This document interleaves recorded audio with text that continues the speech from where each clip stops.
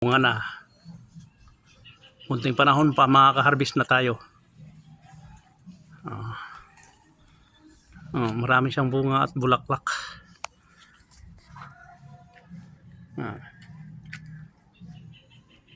Ano to siya?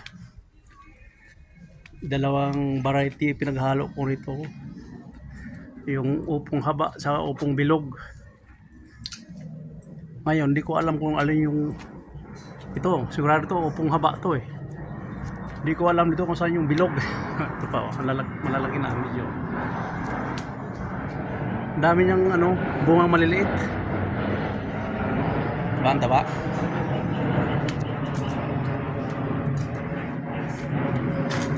Sabi nila payat daw ang lupa dito. Pag sila daw nagtatanim, hindi nabubuhay. Pero iwan ko sa kanila, bakit ganun? Ang tataba niyan.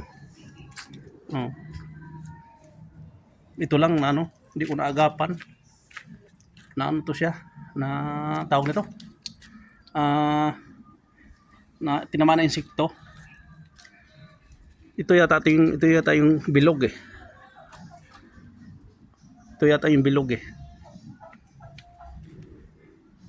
Kasi itong haba, confirm na siya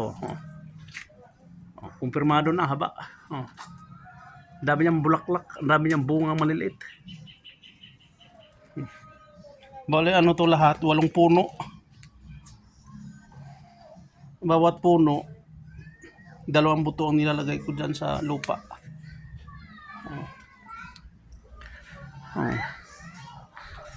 Nilagyan ko ng alalay kasi buwabagsak eh.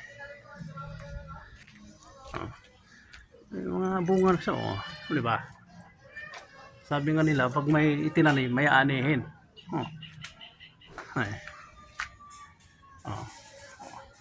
Kunting kimbot na lang nakakagulay na.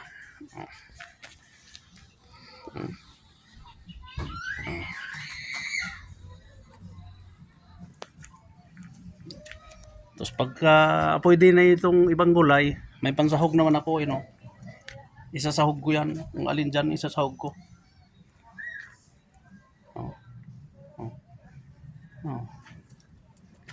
Bali 3 lalaki. Ito, naglimlim yan eh. May yan siya doon. Ito sa may galon na yun. May 12 itlog yan siya doon. Tapos ito yung anak, nag-iitlog din to. Itlog din yan. Nakakulong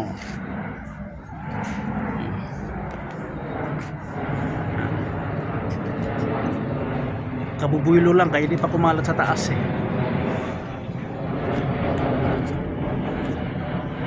Nagsimula pa lang silang kumalat sa taas.